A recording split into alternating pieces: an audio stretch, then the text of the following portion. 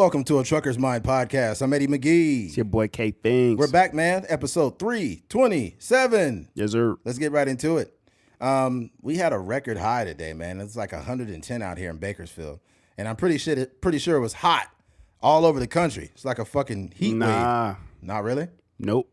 It was some spots like that. Bakersfield is just different, bro. Yeah, I know. Long Beach is really cool out there. Yeah, because I was like, when I was looking at, we'll obviously get into it, but when I was looking at the behind the scenes for the Kendrick video, I seen like him and Mustard was wearing like jackets. And I was like, dog, like, ain't no way. And then I was in a group chat with the homies. I was like, dog, you crazy if you wearing a jacket in this heat. And then it was like, no, it ain't even hot out there. And I was like, what? It's so like I looked 70. it up. It was like probably like low 80s. Oh my God. So I was like, wow, yeah. That's still not cool enough to wear a jacket. I mean, it's fashion, but anything over like 95, like it's OD. But 80, you could get away with that if you're doing like a little music video. Kendrick just a little nigga like, I need to wear a jacket. My jacket is conflicted. All right, let's get into it, man. Sun and alcohol, a dangerous cocktail. I've seen a lot of people out here drinking Hennessy, standing in the fucking sun. All of us people drinking beers and Hennessy and shit. Like, we out here, man, and it's 110 degrees. Like, that's dangerous. Mm-hmm. Barbecues, beaches, and bonfires bring on sunshine and summer fun. Sipping on a summer spirits adds a zest to a sunny season for many. However, drinking alcohol when temperatures heat up should be done responsibly and can become dangerous if you are not careful. Unity Point Health explains 5 ways the sun and alcohol affect your body, making the mixture of the two cautionary cocktail. 5 risks of drinking alcohol in the summertime. Heat stroke. Alcohol combined with high temperatures means your body may not be able to regulate its own temperature effectively. So y'all out here drinking 40 ounces. Stupid ass. Dehydration. Both alcohol and the sun cause dehydration. The alcohol is a diuretic. And the sun causes you to sweat to stay cool. If you're drinking in the hot sun, you may be losing fluids twice as quickly and be at risk of dehydration. Make sure you drink water throughout the day in between alcoholic beverages. Boating accidents. I mean, that's self-explanatory. You're drinking, driving a boat. What the fuck do you expect? Mm-hmm. Drowning. Same shit. Mm-hmm. If you already can't swim and you're drinking 40 ounces, then you're going to add those 40 ounces to the ocean. Mm-hmm. Okay. Car accidents. That's self-explanatory also. This is what I would say. Okay. All I got to tell to you people that are sitting out here drinking alcohol in the sun.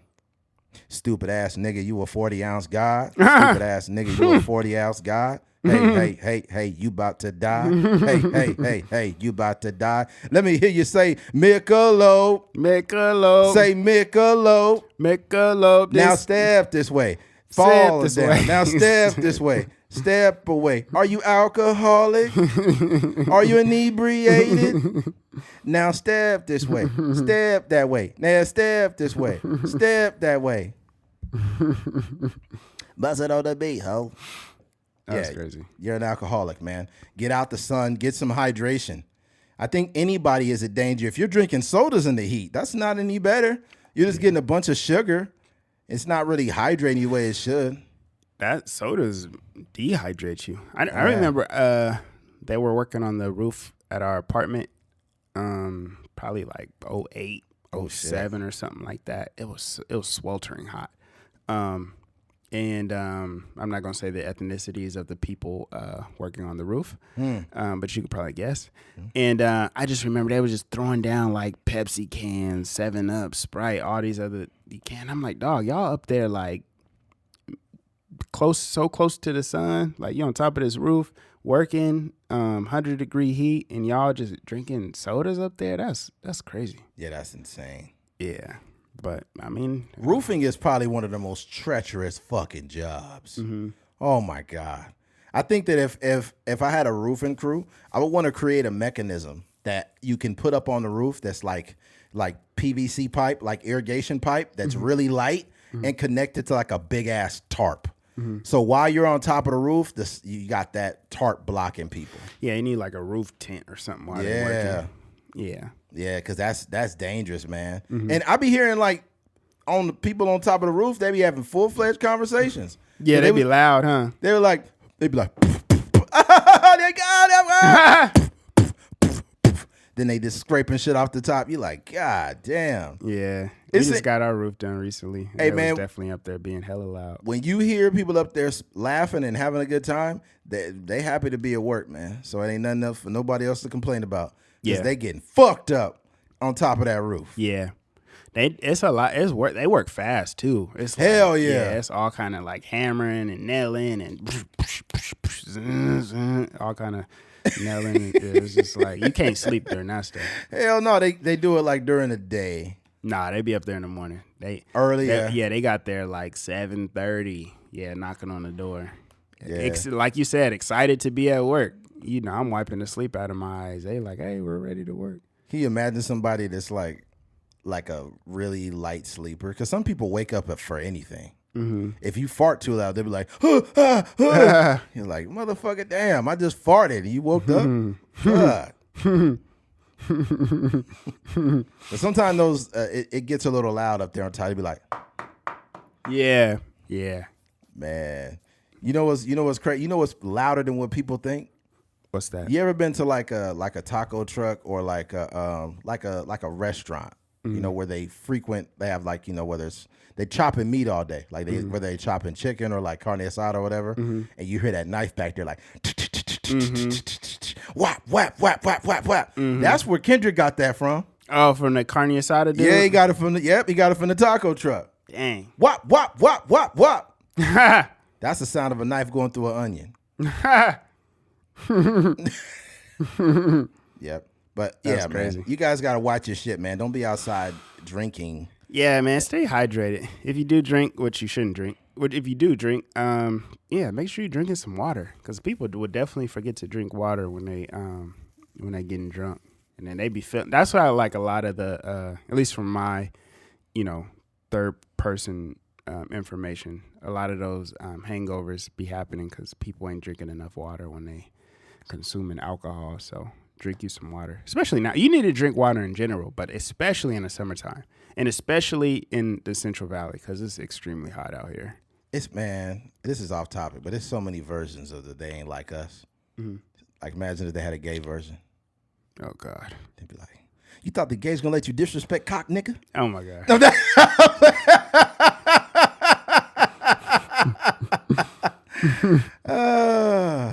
I'm just kidding. I'm getting carried away with these fucking Kendrick.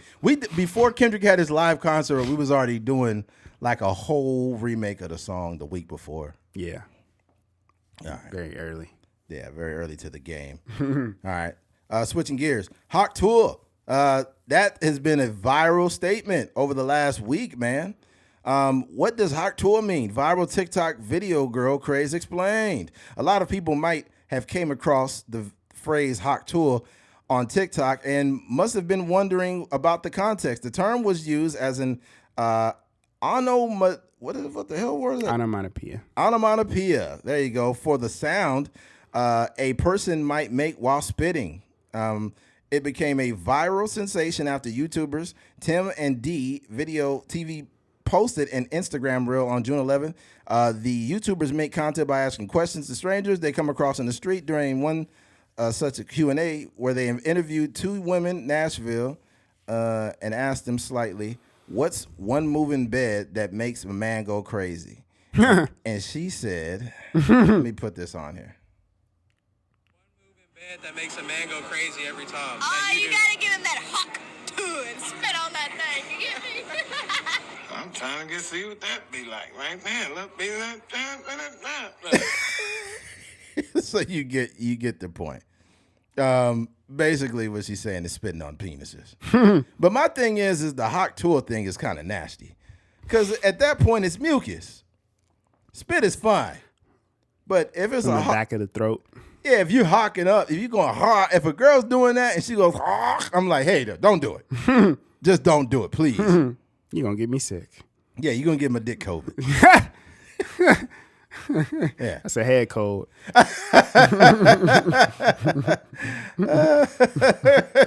You go to the doctor like, actually you have dickalomia. You're like, what? This is what happened when the mucous membranes meet the penis glands. That's crazy. You get dickolimelomia.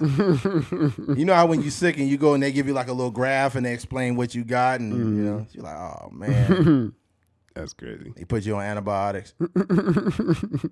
Yeah, the only thing it's funny to me, but at the same time, like being viral for this, I don't know if that's what she wanted, but this is why we have to be intentional about what we do on social media because it could go crazy. And you know, me and Keith get on here every week. We've been viral, so we can speak on it. We have a post that's done like 1.5 million, and we have it had tons of I forgot how many comments are on there, but it's over 100,000, 200 something plus thousand likes, and 1.5 million views. So we know what it's like to go viral, but I think we're proud of what we had. But if you got a whole seminar about how to suck penis, I don't know if you're going to be proud of that or not. Yeah. I think she, I don't know. Those things are they know what they're getting into. Yeah. I also think that they catch those people at the right time. They're probably leaving a bar. Yeah, a little inebriated. Had a couple drinks in them. And they just, ready to say anything. Yep. But yeah, those is one of those things. That one is not that crazy. Yeah. Yeah. Definitely like it ain't as bad as like Matthew Stafford's wife. Oh God. Yeah. But she just I'm sure there's been some beneficiaries of the Hawk tool. Where's she from? Tennessee? Probably some, some college kids over there that have probably experienced it. Like, yeah, I know. Yeah, I've definitely experienced the Hawk tool. But yeah, this one is not that crazy, but it is definitely important to be mindful of like the fact that you can go viral at any moment. With the way social media and stuff works. So you definitely want to be mindful of the things that you're putting on the internet because probably a few years from now, I don't think this is big enough to where it's like going to be remembered in that capacity. No. But it might pop up every now and then. You know what I mean? Yeah. So, yeah. Yeah. I think too, this is the perfect time for her to capitalize off of this. Yeah. I think, or it maybe not her, she should capitalize off it in some way that's going to make her money. She needs some T-shirts. Yeah. Yes. She needs some merch. Mm-hmm. Like she start a podcast, the Hawk Tour podcast. Yeah. Right?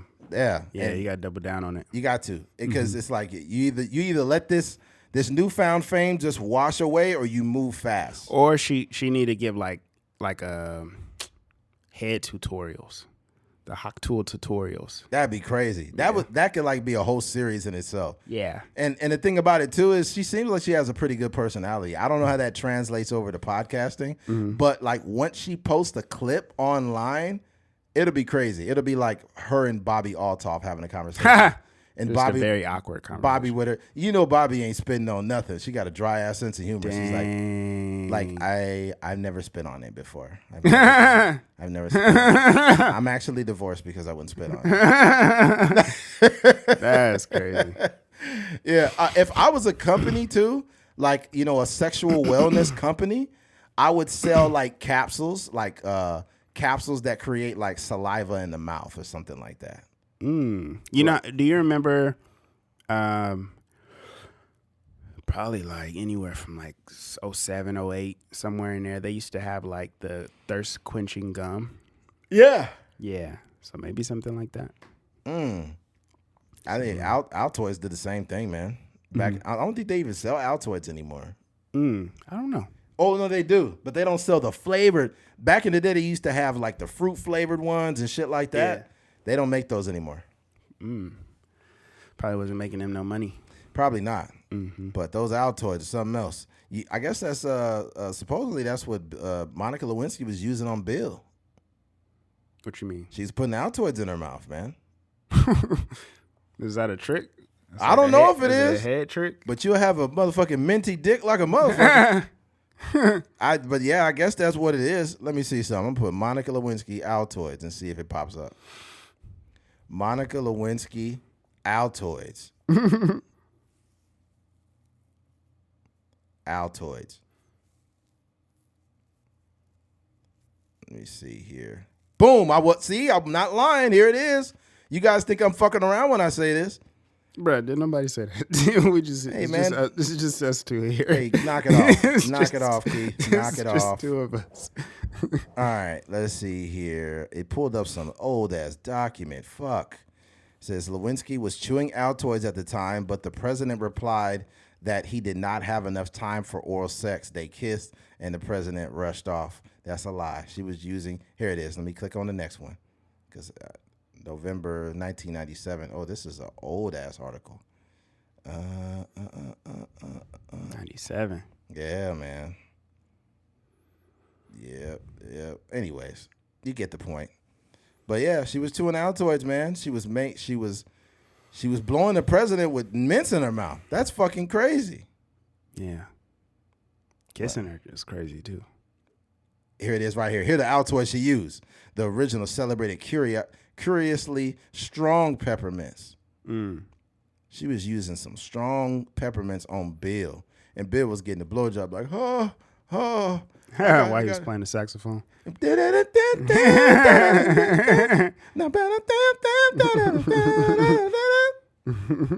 Bill was a piece of shit for that. No, he was playing that the fucking saxophone to drown out the sound of the noise. The hawk tool. Yep. Dang. All right. I think we had enough of this conversation. This is not it's not deep enough here. We got other things to talk about on this deep podcast. Enough for her. All right, switching gears. Lil Boosie, he made a song. It's called Boosie's Letter to the Gays. And we know how Boosie gets when he's talking. So let me play it for you guys. The real person speaks his mind. Sorry for I offended anybody.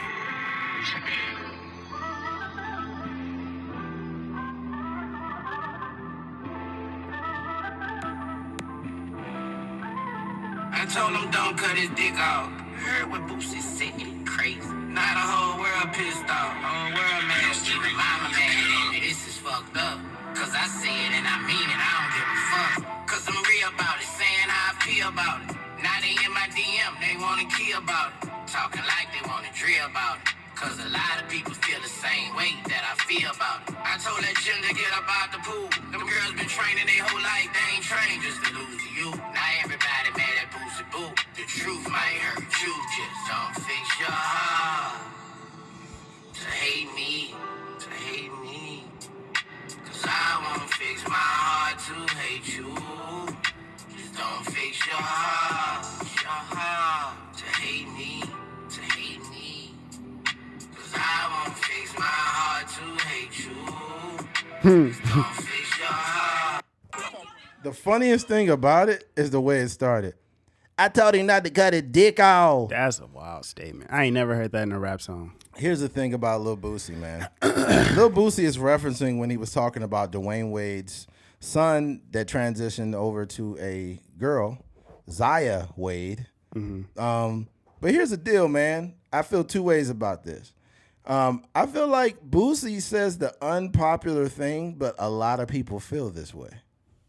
A lot of people feel this way. Now, me personally, I feel like the LGBT community deserves respect, but at the same time, I feel like sometimes there's agendas that get pushed on the people who are heterosexual, and we don't subscribe to it either. He mentioned the swimmer basically saying like them girls been in the swimming pools, they didn't train all their life to lose to you. He's talking about that swimmer that was ranked like in the hundreds and went and transitioned into a woman and then was number one. So there's something to say there. I mean, listen to the message, not the messenger. That's what I would advise people to do in this case. I think this is a weird song to make. Absolutely. Out of all the things that he could rap about, he's talking about people cutting their dicks off. It's just kind of weird. But I think that I would say that there are people that do agree with Lil Boosie, especially he's from the South. You know, they're probably like, I would imagine like a lot of people around him got like very conservative values. So I'm sure he's, and I'm sure he has a lot of personal conversations with people, even people probably like in the entertainment industry, because the entertainment industry tends to be like very progressive. But I'm sure there's a lot of people that won't ever say that publicly just because they have, some like reputation to uphold. You can't be signing like $1 million deals and be like, yo, I don't agree with, transgenders, or I don't agree with this, or the whole LGBTQ community. So I think that, I think this is I just thought the song was like, it's very much Boosie. Like, it's very much like something that he would put together. And it's a song that only he would make. And he was so serious about it. If you could see his face in that video, he's very passionate so about much putting pain, man. So yeah, when he was, I remember this is just who Boosie is, and I'm not trying to appropriate any form of any form of homophobia or anything. It's just it's more nuanced than just that though. I remember it was funny is when he was on The Breakfast Club, and he was like, "Yeah, man, my sugar was low, man. Got pulled over by the police, and I had the shit in my car, man. I want to shout out the San Diego police, man. He came over, squirted the shit in my mouth." And then Charlamagne was like, "God damn, Boosie. Oh my God, man." He like, "Oh, man, he was saving my life, man." He's like, "Pause, man. Come on, Boots." That was hilarious. Boosie done had some moments on there, bro. One time he was like, "I ain't got nothing against no gays, man. One of my assistants is gay. Gay people don't even steal like that." I was like, "Oh, bro, that shit." When I heard that interview, bro, I was at work. I had literal tears. I kept running that shit back. It's a classic interview. There's a few people that had some classic ones. Boosie definitely one of them. And and Mac Miller, both of Mac Miller's interviews are really good too. Mm-hmm. So yeah, that was a good one. But yeah, I think Boosie he's in a tough position because like his upbringing and where he's from, and he's he's from the streets and stuff like that. So when it comes to some of these conversations, I think like he's in a strange position because he's very popular. He's in entertainment, but he's also like, he's just from where he's from. So a lot of these conversations, I think that he's like, he feels a way about it. And like you said, they're not the popular take on it. Me personally, like, I'm not going to like bash Boosie for just like having an opinion about something. Like, right. I just think that like, it's, how he feels is okay, and how other people feel is okay. And that's just how they, that's just their opinion, and that's how they feel. So yeah, that's kind of it. Yeah, I can't beat him down. I just think it's I don't know, man. I don't want to be the guy that's like agreeing with it, but I don't want to be the guy that's subscribing to everything else, because there's certain shit that I don't subscribe to. That show The Boys, it just came back. Yeah. And I was watching it last night, and it's a good show. Mm-hmm. Now, I'm not against any gay scenes in the movie or whatever like that. I don't really care. But at the same time, like, some of this shit is becoming oversaturated. Yeah. Like, I'm watching the show and all of a sudden just some gay scene popped up. I'm like, come on, man. like it's to me, whenever it feels like pandering, that's when it's a problem.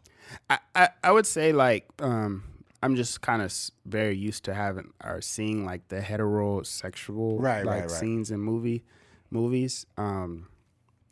That's my preference, I guess I would say. And I will leave it at that. Yeah, and it's nothing really to dive into. Mm-hmm. But like I said, like, I feel like I've reached the level of maturity that if it's two women or two guys kissing in the movie, it's just not going to affect me. Mm-hmm. But at the same time, like, when it's happening too frequently, I think the LGBT community should be a little offended, because what you don't want is somebody pandering. Like, like, it's not a true representation of what's really going on in the world, numbers wise. Yeah, I think that's what I would always say. I just want the art to imitate life. Absolutely. Like, I think that representation is great and it's cool. But I think sometimes it's a little bit overrated, if that makes sense. What? representation in like entertainment. Yeah. Some of it is because it's representation is good, but when it turns into pandering, that's a problem. Right. Yeah. I just think that like as a black man, when you come up and you're watching like, I don't know, like what's like an older like 90s, I don't know, like The Goonies or Friends or some shit like that. Friends or something like that. There's certain shows that we would see and we would just be like, oh, this is a good show. You know what I mean? We didn't necessarily look at it and be like, where are the black people in this show? Right. Or where are the Asian or where's the Mexican guy in this show or whatever. I think that, most people just liked it for liking it. And then when something like Martin or Fresh Prince was there, it was just like, oh, this is dope too. But I think sometimes when it comes to entertainment and us being very woke, people feel like there needs to be like a representative of every community in every single show. Yeah, it becomes a little pandery. Yeah. It's just like the banks during the pandemic, like we stand with our black citizens. It's like, you don't care about us, man. Stop it. Yeah, Bank of America. Yeah, Bank of America, you don't care, man. Mm-hmm. If you care, then go ahead and run me some money. Yeah. Motherfucker. Yeah. Don't say you. And then all these, I want to see how many black people they actually helped with that program. I want you to give us like actual faces. Some real numbers. I want some real numbers and some faces because people love to be like, we stand with our black community. Happy Juneteenth. It's like, hold on a minute. I've done research on your company, bro. You used to use black people as collateral. Mm-hmm. So these banks need to start giving reparations. That's facts. Yeah, the banks. They can afford it. Oh, they can afford it. Absolutely. The banks was the ones that was involved in all of that shit. Mm-hmm. Like, you know how you get a car loan? Mm-hmm. Nigga, they was getting slave loans back in the day. Yeah, I mean, their property. It makes sense. Yeah. It's not that. APR was wild, yo. Mm-hmm. What's the interest rate on these niggas? Oh, man. They was selling niggas like a Toyota Camry back then. That's crazy. Like, this nigga's got 200,000 miles on it.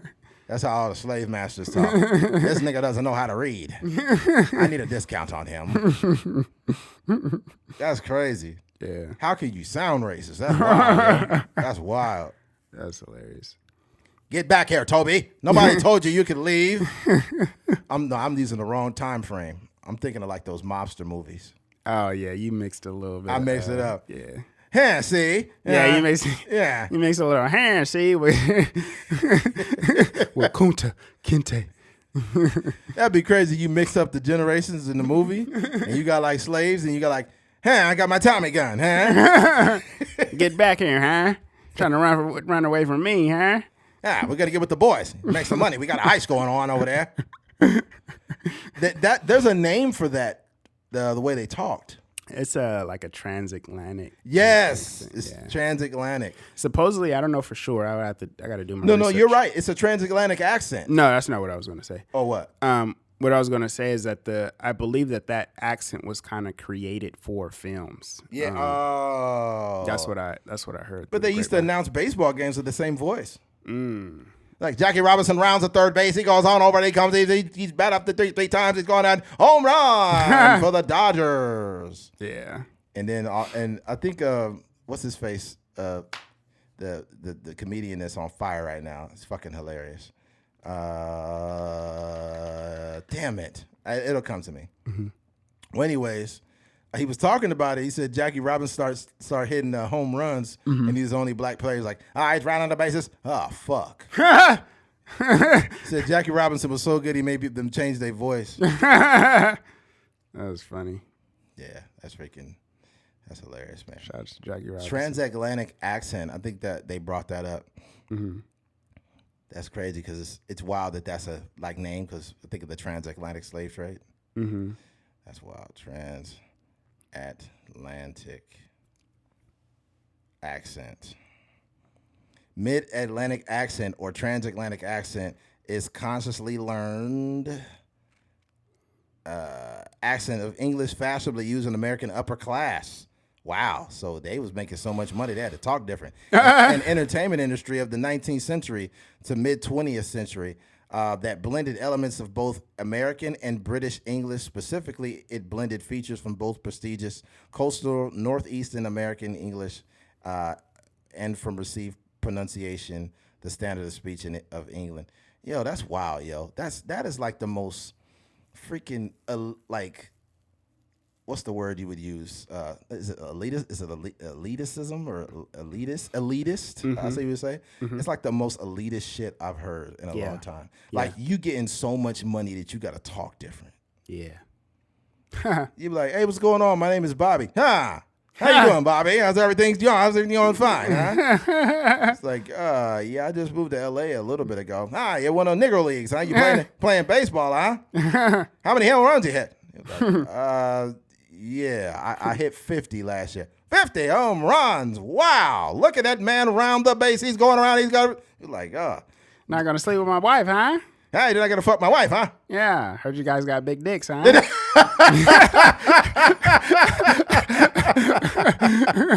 Can you imagine like the car auction guy from back then? He walks in on this black baseball player fucking his wife. He's like, all right, fucking my wife. Going once, going twice, going around $4. $5. He's making my wife come. Oh, she's going around there.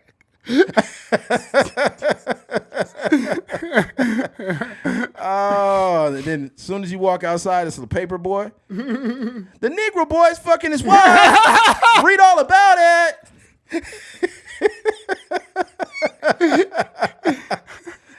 Oh man. He's giving like real time concurrent news coverage. He said, extra. The Negro League All-Stars got extra dick. The Negro League player's running away from his house. Read all about it. They're gonna lynch him. Oh God! Oh man, it's dark history, man. Dark history. Dark history. Golly. Oh man. Oh man. Sometimes I look at that stuff and it's hilarious. The movies and the way people talk. And what's crazy is A Wonderful Life. They were talking like that. And I don't know when that movie came out. I think it was the 40s that came out. Probably so, right? 1940s. Let me see. I just want to be sure. And I love that movie. I watch it every year. There's only one black guy in the whole fucking movie, and he's like a server. I watch it every year. It's beautiful now. That movie came out in... Oh, fuck. Oh, let me see. Frank Capra. 1947. Dang. I see 1946. Oh, right here, 46. I see it, 46. I think I could safely say that everyone in that movie is dead. Everybody. My favorite scene in that movie when he comes home, he's like, this old drafty old house, I love it. Hey, Jamie, Tommy, come here. Oh, God, I love you so much. I love you. Isn't that crazy to just make up an accent because it's like you bored? Yeah, it's because it's like what you use to separate yourself. You know? Can you imagine like being white in the 20s? Like what that must have felt like? Like you must have, like not even being white, because it was working class, poor whites. But imagine being a rich, upper class white guy driving in one of those new Model Ts, or not even, this Model T was old by then. So they were driving like bomb cars and shit like that. So you're driving down the street, you get out, you give your key to valet, like, park her somewhere nice, huh? Here's and you got leave one the engine running, huh? Leave it running for me. You give him one of those big ass fucking, you give him like a big coin. It'd be like, the coin would be like you just flip it to him. The $50, the $50 quarters. I remember I had some of those recently and I didn't want to spend them. They were 50-cent pieces. Oh yeah. I got multiple of them too. I had some in one of my vending machines. Oh man, they got stolen. It's like a piece of history. And there's not very many of those in rotation. You could get a few, like if you go to certain banks. Really? They might have them. Yeah, but very few. They might have a handful for you. Wow. Can you imagine like the very progressive, rich, like very rich white guy, and then like they got like a black valet, and he wants to have like, hey, give some extra coins to the nigger boy or whatever. He just throw him a couple. He's like, oh, thank you, sir. Thank you so much, sir. I really appreciate it. Take your family out to Popeyes or Popeyes chicken or something like that. Get some chicken with us. Get some chicken. Churches maybe. And then the black guy goes home and he's like, you wouldn't believe what happened. Yeah. This cracker gave me $9. This cracker show is gracious. Why they always be surprised? Like they be surprised at everything. I had a great day at work today, Dave. That's like the black version of the transatlantic accent. That's a South Atlantic accent. It's like for some reason in movies, like black actors would always take their head off and squeeze it. They're like, "Oh, that show is nice, sir. Oh, I so appreciate it." Oh man, you ain't got to take your hat off for the white man. Yeah, it's crazy. That's hilarious. Oh man, that's crazy. Yeah, that's true. Yeah, It's extremely nice to the white man. It's like, oh, I so appreciate it now. Yeah. I'm gonna do a lot with this. Like, all right, you enjoy your day, all right. And then somebody inside the building with their hands on their, I can't believe the way he's interacting with that nigger boy up there. Oh man, we just went through we might as well do like a podcast acting skit of like a whole interaction from the 20s. It'd be mobsters in there, like black excited people, Yeah. and white people with the freaking transatlantic accent voice. Yeah. That'd be crazy. Yeah. Hey, that'd be a dope movie for you, man, to write a movie like that. And I was thinking about, I hear you. What I was thinking about right now is Jordan Peele. I was like, dang, I'm sure Jordan Peele got a crazy like. Oh yeah. But yeah, that would be dope, and it could be like super simple, you know, kind of like a little genre bending. Oh yeah. Thing. Like it reminds me of Childish Gambino's Littlefoot Bigfoot music video. Little foot, big foot, get out the way. That was like a 1920s style. I Yeah, guess. probably. Mm-hmm. I haven't seen that video still, bro. You haven't seen it? No, I've seen it, but I haven't seen it. Yeah. No, it's pretty. It's pretty dope. I can imagine like he's singing and dancing and no one's paying attention. Mm-hmm. And then what happens after that? Like he says it.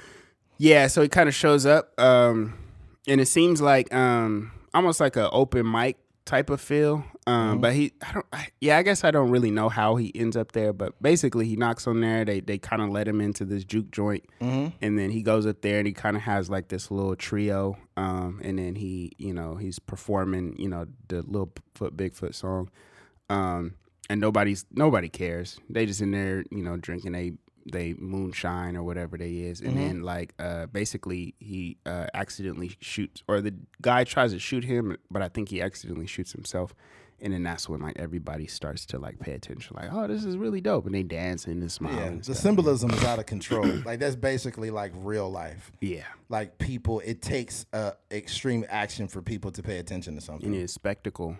Or this idea that when somebody dies, like their streaming numbers go up and stuff. Absolutely, like that. that's a fact. Like, dang. I think Raekwon said it. He said like the best promotion for a rapper is when they die or something like that. Dang, that's deep. That's fucked up, but it's unfortunate. Yeah, Like, he was rocking with Nipsey while he was alive, like for sure. But there wasn't enough people doing that while Nipsey was alive. He got more popular after he died, Yeah, which is fucked up. yeah, I wonder when Nipsey died, he's like, "Hey man, look at these niggas, man. yeah. Hey, look, niggas wait till I was dead, huh?" He got a whole new album pop up. Yeah, I seen My Guy Mars. He's from 1500 or Nothing, and they asked him about like new Nipsey music, and he basically was saying like, he's like, I'm with whatever the family want. He said if the family comes to me and they say they want to piece together some stuff, then he said he's down to do it. But I don't know. I think the family is probably in a space right now where they're still mourning and they not even thinking about like music. Yeah. They probably just still trying to heal. Yeah. Yeah, I don't know. Yeah. R.I.P. Nipsey, man. One of my favorite artists. Yes, sir. All right, let's go ahead and switch gears. Switching gears. Kendrick Lamar's Juneteenth concert. All right. Now, on that concert, we're seeing a lot of people pop up there, man. You had Tyler, you had YG, You had freaking everybody's there. Roddy Ricch was there. Freaking Steve Schoolboy Lacy, Q, Schoolboy, Steve the whole Lacy. Black Hippies, J Rock, Yeah, Absol. Yeah. So I think on that day, he just it was just like a West Coast party, man. Mm-hmm. That's what it was. Ain't no party like a West Coast party. The West Coast party don't stop. I was seeing you was conflicted on the West Coast. Yeah. So Kendrick did his thing, man. Shout out to him. But I got to be honest. I will say that they not like us when it came out. It definitely, when I look back at all the diss tracks that have happened throughout hip hop history, They Not Like Us is one of the best ones of all time. Okay? But over the last month and some change, niggas have been playing this song on the internet and on the radio, and they've been beating it down so much that by the time I heard the live concert with him with the song, I was just, it lost its luster to me.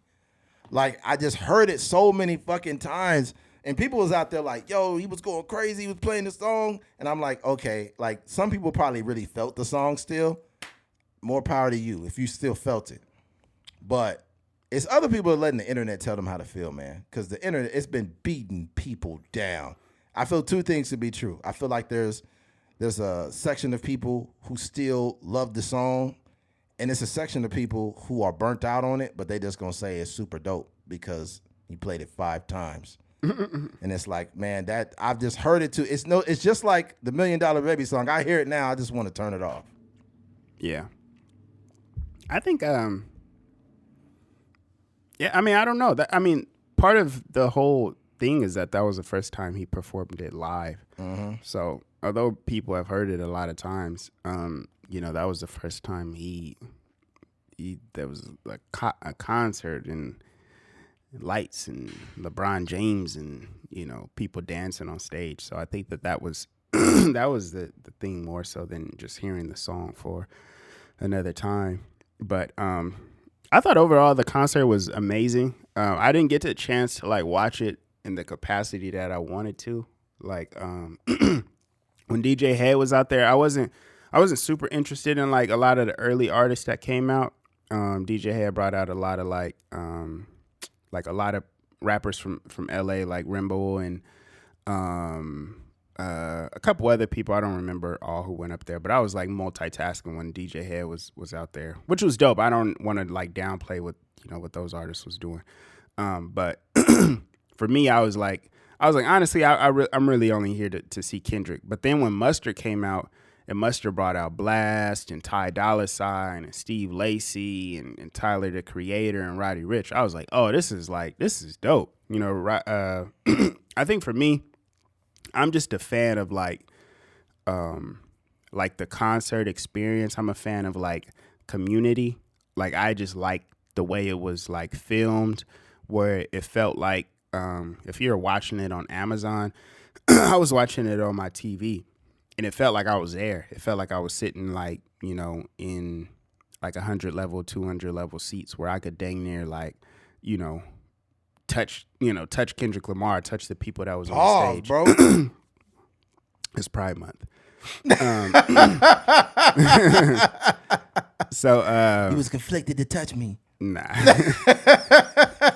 But no, I thought it was dope. It was just like I said, it was a spectacle, the lighting, the way that everybody, not everybody, the earlier rappers, they were rapping over they songs, they was rapping over the MP3 or whatever. But when Mustard came out, a lot of that stuff was they were rapping over the instrumental, so it was just a higher quality version of it all. But overall, I just thought it was dope. DJ Mustard and YG getting back together, I thought that was fire because we haven't seen them work together in a long time and really, be together in any capacity. And then I thought Tyler coming out was so dope because it wasn't even before Tyler came out, it was a lot of the typical LA kind of street artists. There was a few that weren't, but for the most part, that's what it was. But Tyler is the most different artist that is absolutely. from LA. And he probably got the biggest reaction outside of Kendrick. Oh yeah, he's a fucking huge artist. So when he played Earthquake and stuff, I just thought that was dope because it was just so different, and he is an LA artist, and he doesn't necessarily like wear it like some of the other artists do, but he's really from there. So I thought that was dope. But then like when Kendrick came on, it was just like it was dope. Like even getting Black Hippie back together, them performing not all of their songs, but like Money Trees with J Rock and Collard Greens with Schoolboy Q and that was dope and stuff like that. Dope. That was fire. I just thought it was. Outside of like the the diss record and all that, I just think the way it was filmed, the way it was like the way it sounded sonically, I just thought it was dope. And then having E40 narrate it, I thought that was like a dope little nod to. Once about a time, it was a nigga named Tyler. Tyler coming to the stage, man. Cause you make my earthquake. Oh, you make my earthquake.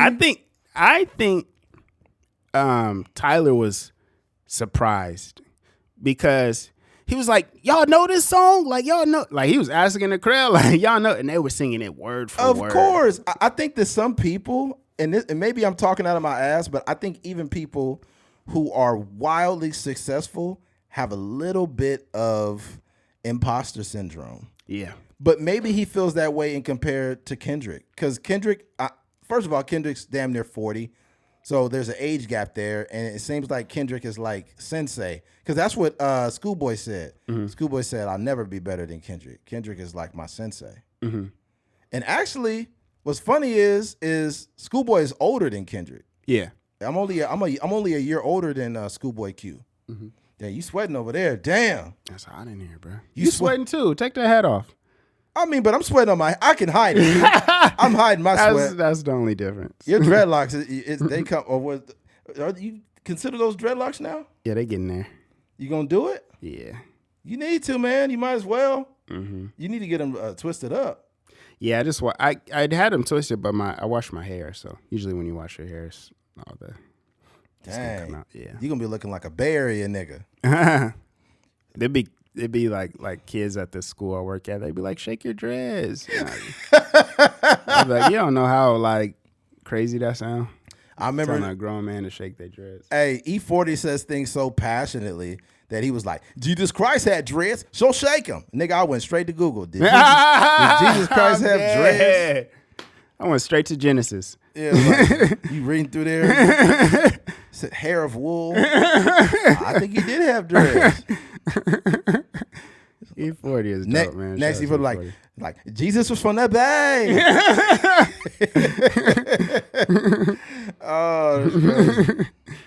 Nah, it's funny. The Bay Area, bro, they had such a crazy ass movement back in like 2005. Yeah, that's when he released that. Trying to get to you and that booty. Trying to get to you. I would really want to know, like, I be wanting to talk to artists to just really like have a conversation about like their biggest moments. Cause like you'll hear like when we were talking about Tyler earlier. I do want to get back to that whole thing, but when you're talking about Tyler, he was basically saying like it was pettiness. Like people were saying like he can't make pop songs. Like people were saying he couldn't do certain things. So he was like, I wanted to make Earthquake. And then even Childish Gambino was like somebody said I couldn't do whatever. And then he was like, well, I made Redbone because I was just petty. And I was like, I could make a hit without, music video and everything. And, that's what he did. So I wonder like that, because that was so, obviously we know E40, especially from the West Coast. But when he would like that little short run, that like 2-3 year window with, when I was in junior high, like he was going crazy. Yeah. Oh yeah. Yeah. So you imagine having him on here, be like, first of all, I want to thank y'all for having me on here, man. Back in 2005, I was the one. Feel me? Slibbity slabbity is what I was doing at the time. But it's what's weird about when he uses that like vernacular, we all know what it means, even though it's like something he made up. Mm-hmm. A lot of times people be like, catastrophe, but not me. I stay on my P's and Q's and stay on things I'm supposed to do. I'm a boss tycoon. You got to keep up. E40 be saying some real ass shit. It was one line he says like, he's like, having a roof over my head was my allowance. That's real. That's real statement. One of the hardest songs he got is I think it's called The Art of Storytelling. Oh yeah, it's like the art of storytelling. Yeah, the art of storytelling. The art of storytelling. I think the chorus is like, dope, oh yeah. No, I'm tripping. No, that's a little grimy nigga. I'm tripping. My little grimy Yeah. nigga. Oh yeah. Dum, dum, dum, Yeah. dum, do, do, do, do, do, do, do, do, dum, dum. One of my favorite songs by E40 is Alcoholism. Yeah. You ever heard that? Alcoholism. Yeah. Alcoholism. Yeah, he had a lot of those like alcoholism. where he That used to shit little go sample crazy. the little vocal. Go. Yeah. Go. That shit go crazy. Yeah, man. Shout out to E40, man. What's crazy about E40 is the age group that listen to him might be the most vast or the most biggest. Like the age gap is like up to my dad's age, all the way down to your pops, like all the way down to me. Right. Even low, even all the way down to you. Yeah. And Shit, your brother too. he hasn't made I don't think this is a nasty bug floating around. It's your dreads, man. Your dreads effect is attracting that fly is trying to get in that beeswax, man. But yeah, I think that he hasn't made like music. I don't, at least to my knowledge, in like in a minute. But he just finds a way to keep a radio song. You know, he's one of the few older artists that's able to kind of do that still. So shout out to E40, man. Yeah, it's a song where the song called "Born in the Struggle." I was born in the struggle, and he was like, "Mama used to put her period panties on the clothesline wire." Yo, God, Ooh. that nigga is just that's the art of storytelling. Yeah, man. That's And crazy. He be having like conversations that he turned into songs too. Like E40 be like, "Don't even look over there. Act like we ain't tripping." Yeah. 2 days later, partner came up missing. Yeah, Don't even look over there. Act like we ain't tripping. That's what he said in the art of storytelling. I just remember that line. He was like, some mop heads, some niggas with some dreads. Some mop heads. The narration is always on point with him, man. Yeah. I think that's why I thought it was dope. Like Kendrick was able to, get him to kind of narrate the concert because he's just like such a huge figure on the West Coast, So shout out to it.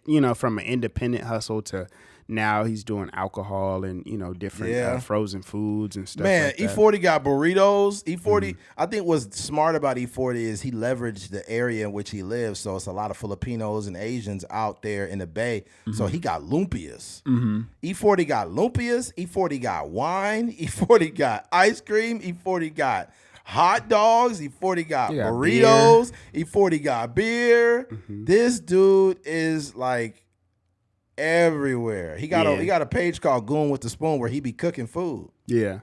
That's dope. Like what we got right here, we got some champagne tequila mixed in with a little bit on the steak right here. So you let the steak cool and you just gloss him up like this. Just gloss him up, put a little butter on it right there. My mama always said ain't nothing better than butter when you put it aside when you make you stutter. You put a little butter on there and just slice it up, man.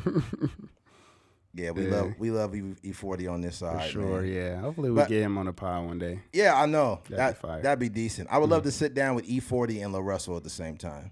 That would be dope. It'd be like, an OG and like a young buck on the same path. path. From the same city too. On the same path, like the independent route. Yeah. To have have the old version and the young version of it. Shout out to both of them. But I think La Russell been going crazy too. Yeah, he has. Moving around the country, linking with different producers and stuff. Yeah, he been going crazy lately. Yeah, he was in the studio with Warren G, all kind of stuff. Shout out to La Russell. Yeah, he doing this thing. I know. I remember I seen La Russell. I probably got the DM still, but he was just going crazy, and I had messaged him, asking him about like music videos and stuff. But yeah, shout out to La Russell. He's doing his thing. When it comes to West Coast music, I think obviously Los Angeles area is the main representative of like West Coast music. It seemed like the Bay and LA is it's like two different cultures almost. But at the same time, the Bay done definitely put in work, especially with like E40 and Too Short. Mm-hmm. And Too Short is just like the ultimate OG.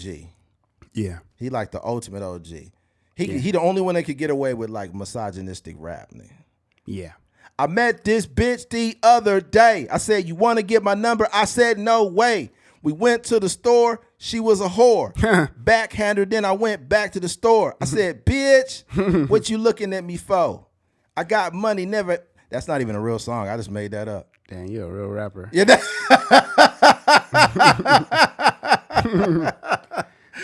Yeah.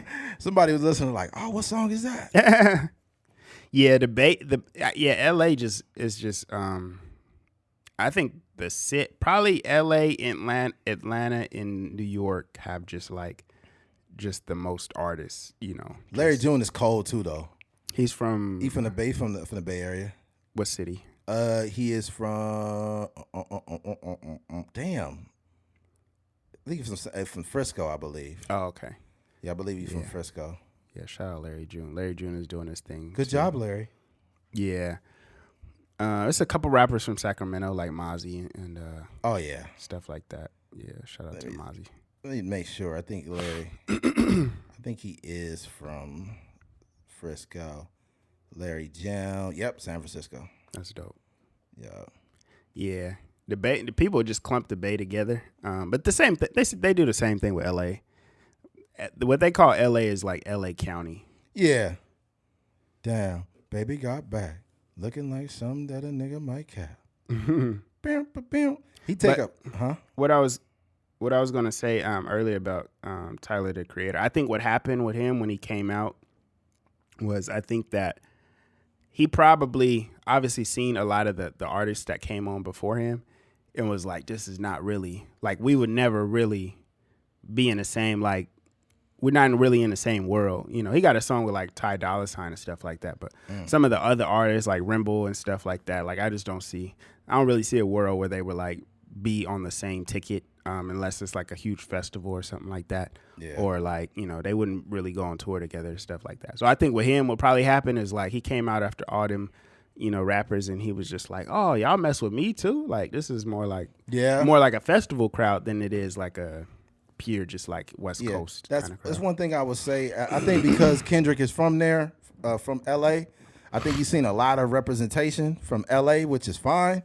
But I probably would like to see just a little more Bay Area representation because it's still on the West Coast. But you know, he didn't have to do that. He could have kept it the way he did. So it's his show. He do what he wants. Yeah, it is definitely his show. Yeah. Ken and Friends. It was literally just. It wasn't nobody. He didn't even bring anybody out that did like his like the hooks and stuff for like the Future song. It's damn. What's that dude? What's the artist? The name that did the song with the game? One Blood. Is he like Jamaican? He's like Haitian or something. Mm-hmm.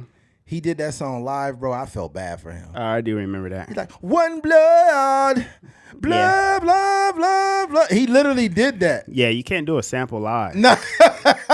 You didn't even do it. I do remember that. He was just like tired. Like, blah, blah, blah, blah, blah, and the game was like, the doctor, you can't feel the chief.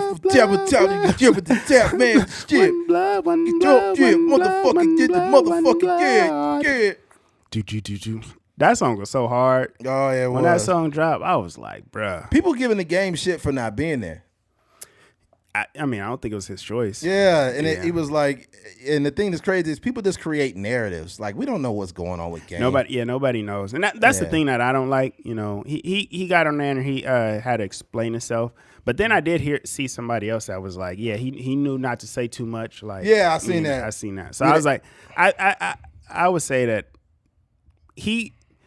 The way that the show was set up, the only OG that was brought out was Dr. Dre. Yeah, and true. Dr. Dre is essentially signed Kendrick Lamar. Yeah. So like nobody else, like Snoop Dogg didn't come. E40 was only narrating. Mm-hmm. Like Ice Cube wasn't. There's a lot of people that wasn't there. It was only like like young dudes. You know what I mean? We just like to keep shit going. That's how people are. That's exactly it. Yeah. Whenever I think of Dr. Dre and Kendrick Lamar collaborating, every song that pop up, every morning when I wake up, that L.A. smoking. Yeah. Then that album, that was I won't say that wasn't my introduction to Kendrick Lamar. That was That song was the deluxe version.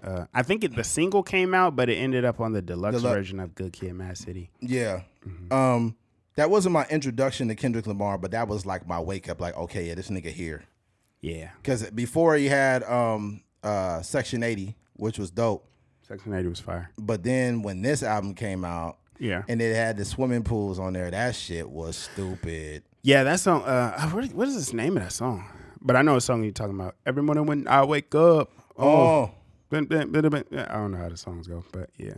Let me see. That song is fire. Yeah. Yeah, I remember Section 80. He had there was a show when he was doing his like college run when Section 80 came out.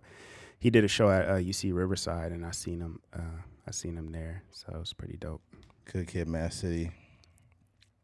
I wonder what people saw, because like everybody like kind of like quoted him as like the guy like very early on. But yeah, I wonder what people were seeing like when The Game and Bitch Snoop Don't Dogg Kill My and Vibe. Dr. Dre, they all kind of crowned him as the new king of the West Coast. This album was so phenomenal. Good Kid, Mad City. Oh yeah, I'm just looking through it here. Where is it at? Backseat Freestyle, Art of Peer Pressure, Poetic. It's not Poetic Justice. You got to look at the deluxe version. Yeah, I'm looking at it right now. Oh, I don't know. Real. I think it's called Compton. Yep. Not Compton. Not that song with Dr. Dre. Oh no, it's not. I'll find it. The Recipe. That's what it's called. Yeah, that's it. I'm trying to get a strike.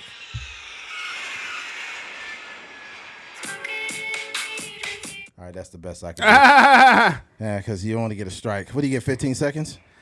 I don't know what the time frame is, but they'll all they will do is demonetize you. But sometimes they'll like I think they'll like cut the audio or something sometimes. Yeah. But yeah, even on like Spotify and stuff, they'll do that. So Really? yeah, I think we got a strike before. No way. Yeah, it was a certain song we played on a podcast. You know, I'll be mad if I'm rapping a song and I'm like rapping it word for word and then they give us a strike. I'm like, damn. Nah, the algorithm has to pick up the actual audio from the thing. I know some people have ways around it, like they be like speeding up the audio and stuff like that. Yeah, I've seen some people do it though. They play a song, but it's like 15 seconds. You'll get a strike like after 15 seconds. Yeah, I'm not sure, but yeah, people do it. But no, I think as far as that goes, obviously at the end, Kendrick Lamar performed "Not Like Us," and he just kept restarting it at the A minor part. A minor. They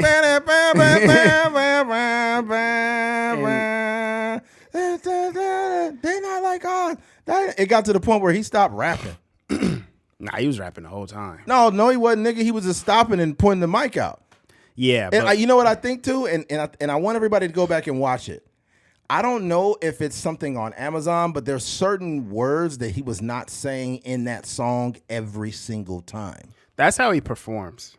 If you've ever seen Kendrick Lamar perform, like literally ever, that's how he performs. He usually like sometimes he won't finish certain lines or he won't like say the whole phrase. I never heard him once say certified pedophile. Oh, I mean, I don't know about that, but that's what I'm saying. That's what I'm talking about. I'm talking about like not just taking the mic back. I'm saying like it was certain words like certified pedophile and A minor. I never heard him say that once. No, I get that, but what I'm saying is that's just how he performs. So whatever song it is, like a lot of times like he won't, finish. I'm not saying I don't think he's like not trying to say those words. I just think that's like literally how. If you ever like just Google. Even that song, The Recipe. I feel you. Yeah. I'm just trying to be conspiratorial, Keith. Oh, okay. Well. So, hey, every time he played that back, I did not hear him say certified pedophile once. Whenever that line came up, he put the mic out. Okay. And whenever he said A minor, it was always with the mic out. Anything that was implicating Drake in anything that could have been something sexual or whatever the case, he always had the mic out. So I wonder if there was some legal parameters to where he did the song, but it didn't come out of his mouth. So if somebody tries to like do not even a cease and desist, but like some type of, like, oh, he called me a pedophile at a concert, like they can't do it now because he put the mic out and the crowd said it and he didn't.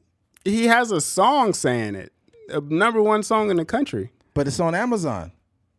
The song is on Amazon. You could buy it on Amazon. You can stream it on Amazon. I don't know, man.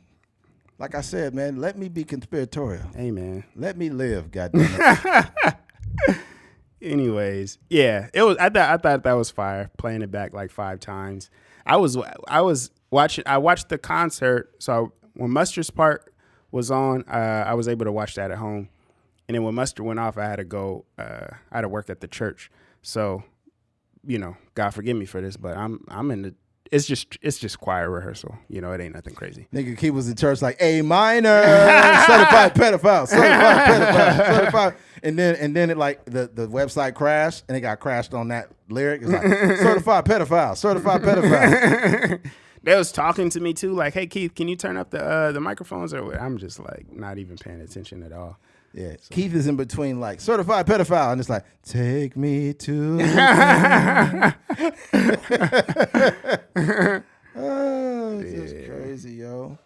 That's good stuff. Yeah, man. Shout out to all those that went up on stage, man. I think I think it's some other West Coast legends that could have been up there, and I'm talking out of my ass, but I didn't see Daz and Corrupt. Was Daz and Corrupt up there?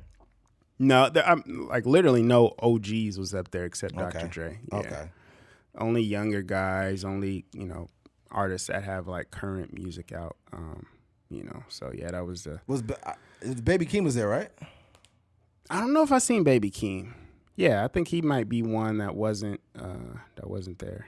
Yeah, that's interesting. Baby Keem is dope, bro. I like him. And I like this album too. Yeah, he's I'm curious to see where his career goes. Oh yeah, because he got you got Kendrick in his corner. So I feel like Baby Keem is like closer to being an artist. Like, who can I compare him to? He's more like Kendrick, and he has elements of Tyler the Creator. Elements, but he's not. Because Tyler is like a dude that will release a song that's like not even a hip hop song and it's still dope as fuck. Yeah. Yeah, I could see that. I think Baby Keem has put himself in a position where he could literally do anything. Like I don't see him like. I think Tyler is very unique because he's like a producer and. He has like you said, he kind of does a lot of like genre bending things. But Keem I think Baby Keem could do that for sure. Because we only have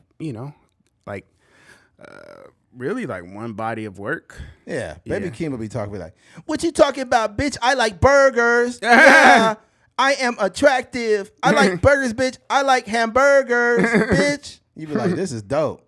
The song is called Hamburger. Yeah, they be like super creative with their lingo. Yeah. Why you calling me for? I'm at work, bitch.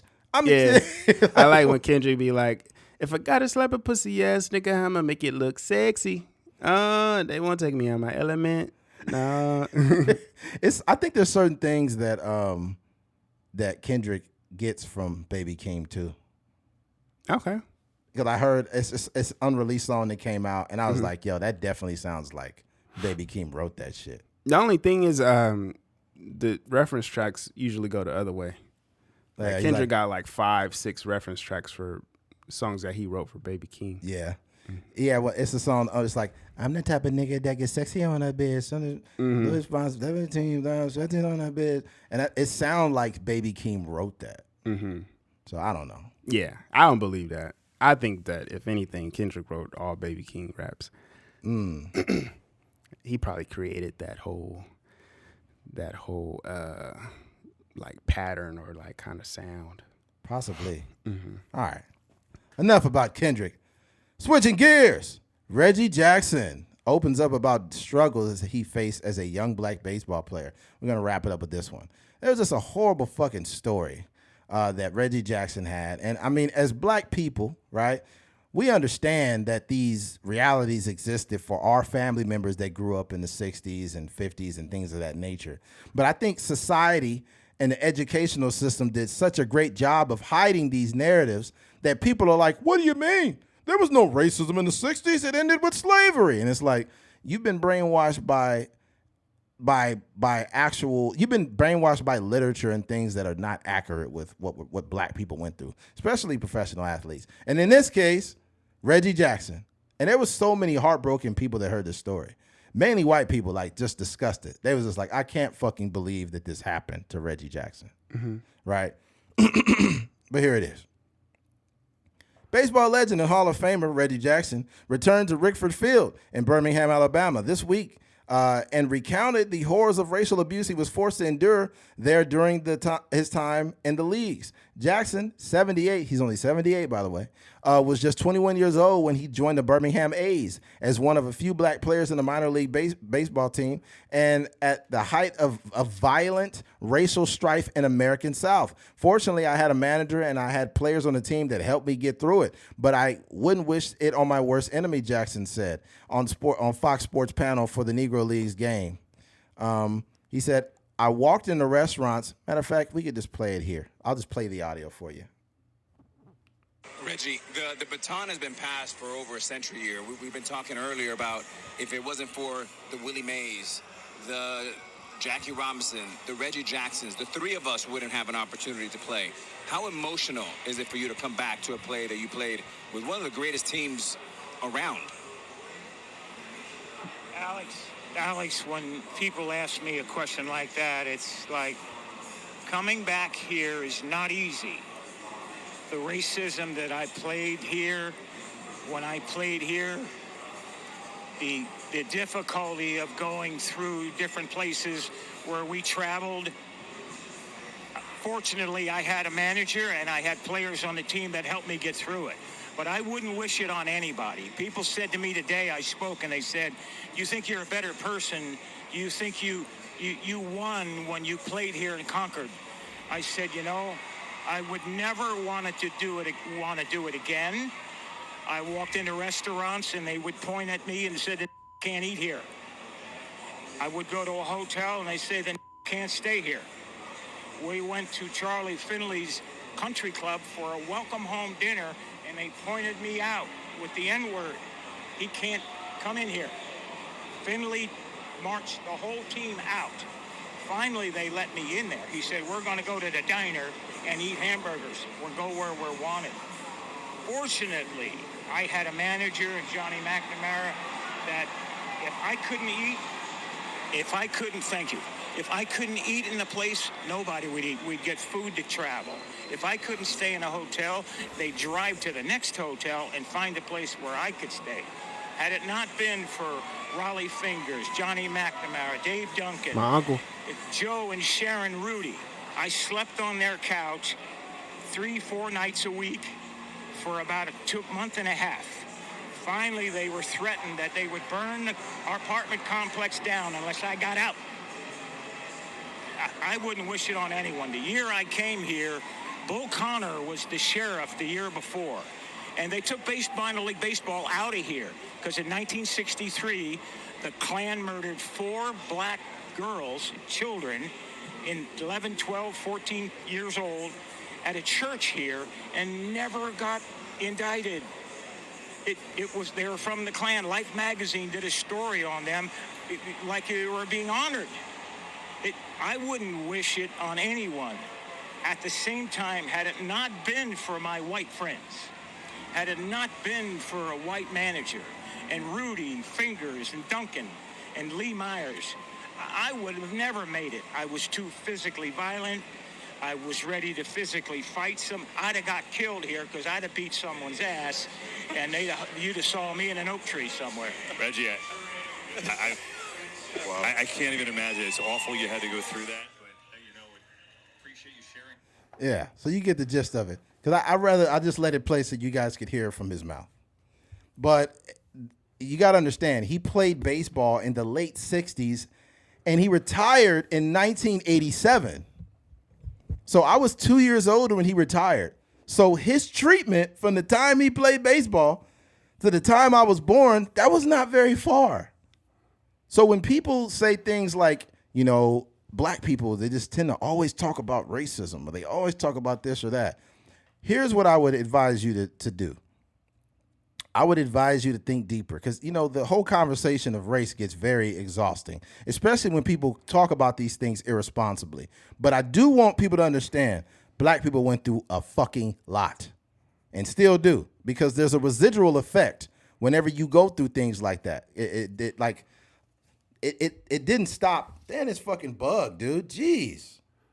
Racist ass fly. Anyways, it didn't stop.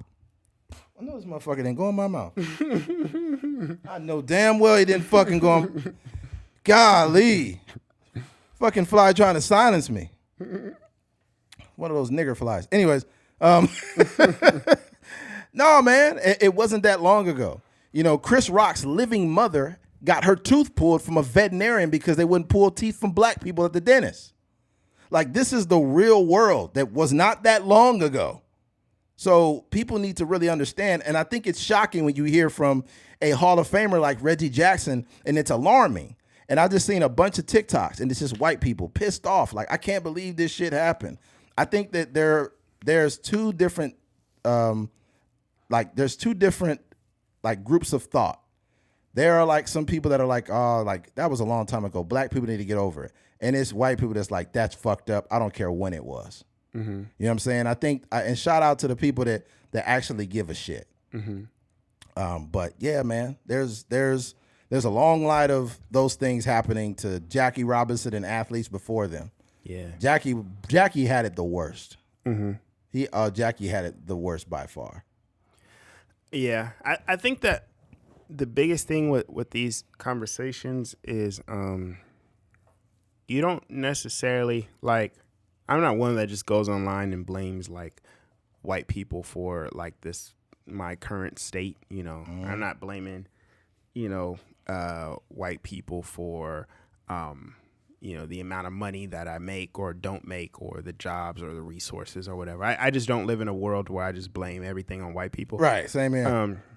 But there are situations like Reggie Jackson, and people of his age that really, people even younger than him that really lived through, tumultuous times, that people that like, being called the N-word or, there's a lot, you see these Disney movies and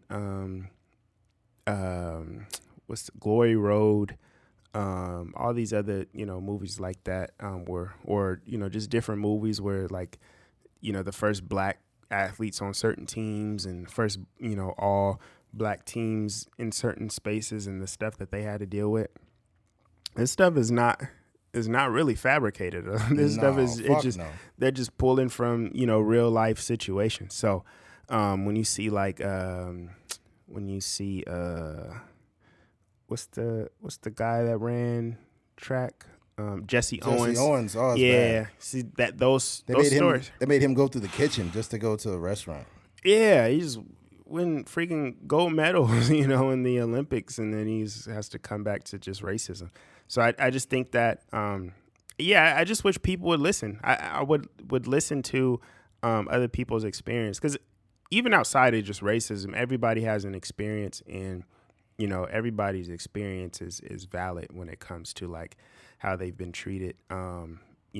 Even if it's something that like I said, doesn't have to do with race, it could just be you being mistreated by your boss or whatever. So I just feel like everybody needs a certain level of grace and a certain level of listening, because to me, it sounded like Reggie Jackson was, he was just being honest, and one, he probably got tired of like telling this like cookie cutter version of like his baseball experience. There you go. That's what I was probably for years he probably was just saying like, yeah, it was amazing.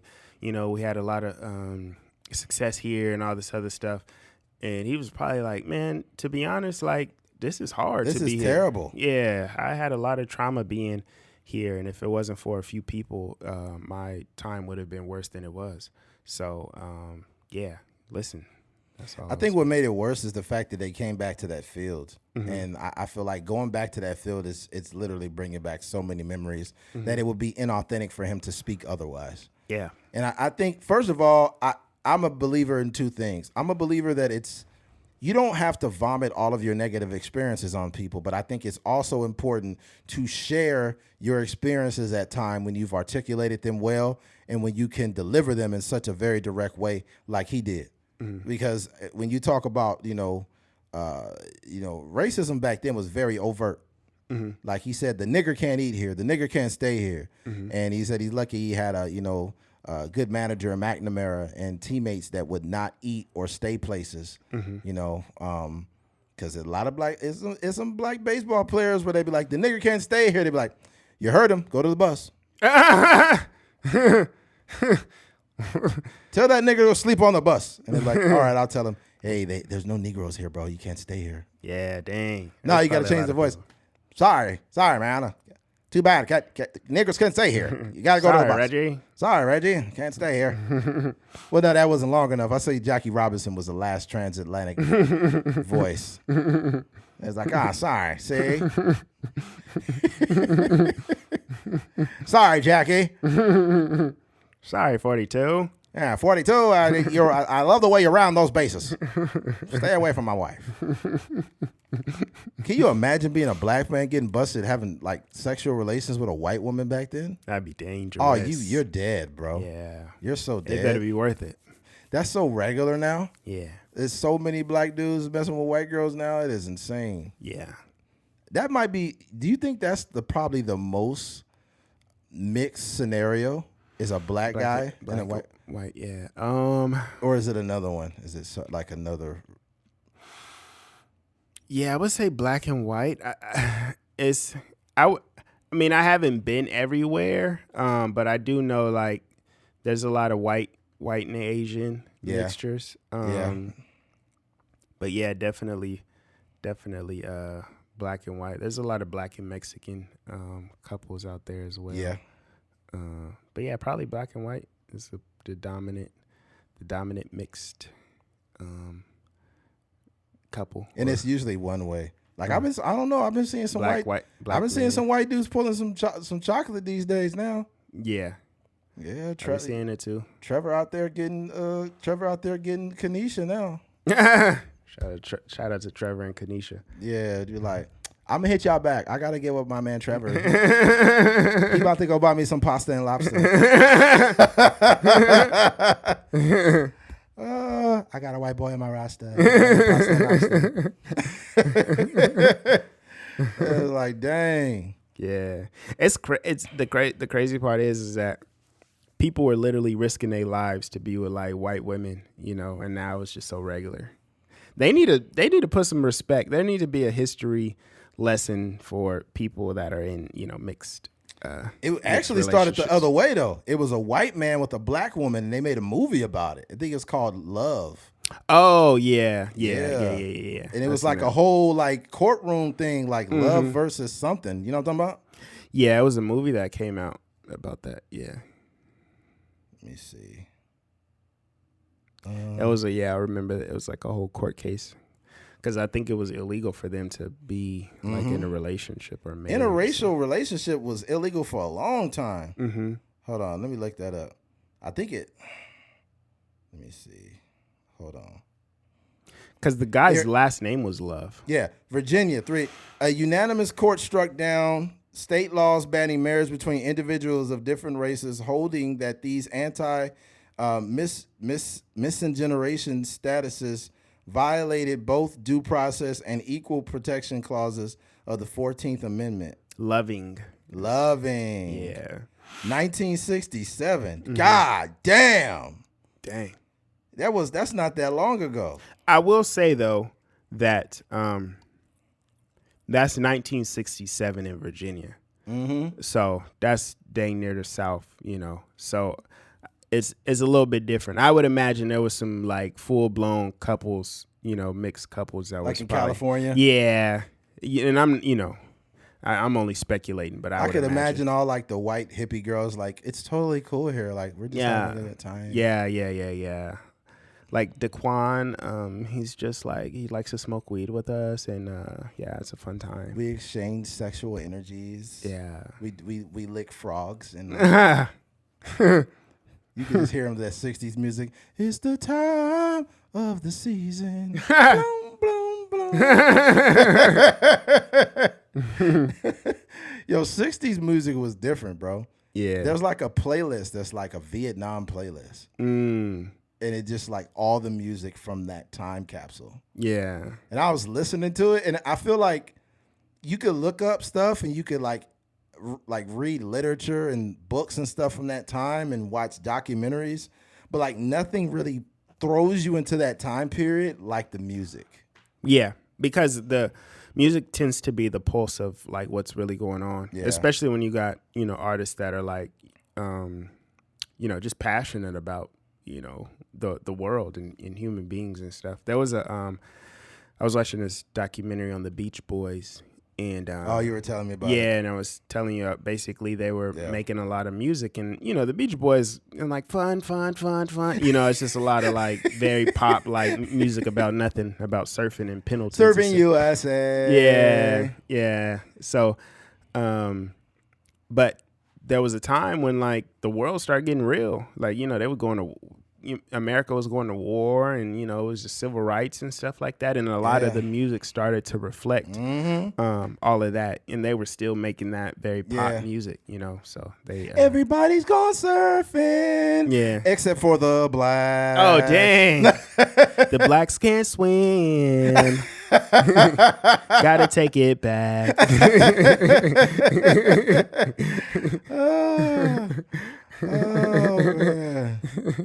Oh man, that's crazy.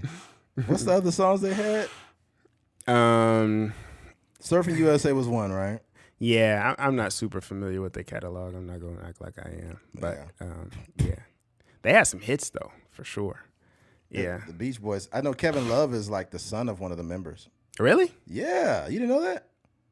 I did not know that. Watch me see Kevin Love and they put Beach Boys. I think it's his dad. That's strange because he's from Oregon, but the Beach Boys are from. It's Kevin Love's uncle. Oh, okay, that makes more sense. Stanley Love, born 1949, former professional basketball player. His father, he is the father of basketball player Kevin. Oh, he's the father. Stan Love. Stan Love was in the Beach Boys. It says American former basketball player. I remember Stanley Love is a Stanley. Stan made a song with Marilyn, who was it? I think he made a song with like Marilyn Manson or something like that. It says high school boarding side, Inglewood, California. Yeah, that's what I was saying. I think they're from LA. Who is Kevin Love? Not Marilyn Manson. Who am I thinking of? What's the guy with the swastika on his forehead? Like, who played Fighting Murder Beach? Oh, it is his uncle. There's his dad, but his uncle is this. Yeah, so Kevin Love. His uncle is Stanley? No, his uncle is Kevin. No, yes, Mike Love is his uncle. Kevin Love was born in Santa Monica, 88. Stan Karen Love, NBA star's uncle, is Mike Love, who was a founding member of the Beach Boys. Oh, okay. There's a person named Stanley that was in the band though. Who's the guy? He was in like Delano or something like that. You know what I'm talking about? I have no idea what you're talking about. The guy with the swastika on his forehead. White guy, he killed like the actor. Oh, the motherfucker that died in prison. Yeah. Fuck. What is his name? I literally just looked it up the other day. I know what you're talking. I know exactly. The serial killer. Yeah, he's at a cult and everything. Yeah. Hold on. Fuck.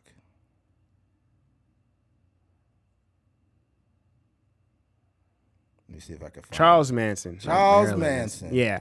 So Charles Manson, you know, he used to want to be a singer back in the day before he started killing people. So he, during his journey to be like, you know, sign a record deal, he was essentially like using, and I think his name was Stanley. That's why I thought that you were talking about this guy. But there was a member named Stanley, I believe, of the Beach Boys that met Charles Manson, and they worked on some music. And Charles Manson actually has a song on one of the Beach Boys albums. And this is before, obviously, all of the stuff came out. But yeah, they hung out for a little bit, and he tried to work his way around the music industry. And then shortly after that, he killed a bunch of people and started a cult and stuff like that. So yeah, that's fucking. Yeah, so the Beach Boys will forever go down in history as giving freaking Charles Manson a platform. Yeah, that's wild. There's a lot of fucking cults back then. It was a dude that got a bunch of people to drink Kool-Aid. And they Jim died. Jones. It's Jim Jones. Excuse me. Yeah. Damn. Jim Jones. Yep. Yeah, I wonder how many people he killed with that. The Kool-Aid, man. Yeah, that's crazy. And it's fucked up. And it's probably all black people too. There's like this Kool-Aid. This ain't got enough sugar. They just die. You can't kill black people. You ain't got enough sugar in there. They like, you trying to kill me with this? This ain't it. That's hilarious. Oh man. Let's see here. Here it is. They took a mixture of flavors, probably because they did not have enough of one to make a purple colored fruit punch, and added cyanide to it and a touch of Valium. Damn, they actually used a cheap knockoff Kool-Aid called Flavor Aid. Oh, I knew it. Flavor Aid used to be at Food Max. Yeah. And Food for Less. Flavor Aid was like the cheap, and it had the little character was like a little straw. Like it wasn't even no Kool-Aid. It was just the straw. It was like Kool-Aid is already cheap. Why are you getting a knockoff version of Kool-Aid? They had a mascot, nigga. It was a straw with eyes. Dang, I didn't know it was Flavor Aid. That brings a whole new level of ghetto-ness to the story. Popularity to it. Yeah. Damn, man. I gotta tell my boy. My boy used to buy the Flavor Aid because they couldn't afford the Kool-Aid. Yeah, there was one flavor of Kool-Aid back in the day, and it was like a mixture. It was like tropical punch, but it was like we used to have tropical punch. We used to mix our Kool-Aid. We was like scientists. We got to the point where we made Kool-Aid so perfect that my dad would be like, "Yeah, let Eddie make it." Right? So it would be like he was going crazy. I was in there. I was a mad scientist. Okay, nigga, I was mixing all the colors. Oh, you was just mixing them up? Yeah, Dang. I would have tropical punch, and then I would get lemon, and my dad would be like, "Oh man, yeah, this is good." What was you measuring it, or was you just eyeballing the sugar? Nah, I was nigging it. Yeah, it was good, man. It's just the perfect amount of lemon. Yeah, and then you mix it with the tropical, and then with the sugar, I don't even know how I would do it, but I would taste test it. I would stir it up real good, and I would only pour a little bit at a time to make it perfect. And then once you pull it up and drink it, it's like, oh yeah, it's perfect. Hit the spot. Yeah. Yeah. Some people. I noticed that black and brown people though, when they make Kool-Aid, they make it too goddamn sweet. Yeah, it'd be a lot of sugar. You'd be like, come on, man, you trying to kill me with this shit? Yeah. Yep. Right. Let's get out of here, man. Yeah, is that the last one? Yeah, that was the last one, man. Look here, man. If you guys have made it to the end of this episode, we genuinely appreciate you. You know, take care of yourself. Stay out the sun and don't drink too much alcohol, okay? Yes. All right. Well, that threw me off. I should not even said that. Jesus. All right, well, fuck you guys. All right. If you made it to the end of this episode, we appreciate you. Thank you for listening to a Trucker's Mind podcast. I'm Eddie McGee. It's your boy K Fing. We're out of here. Peace.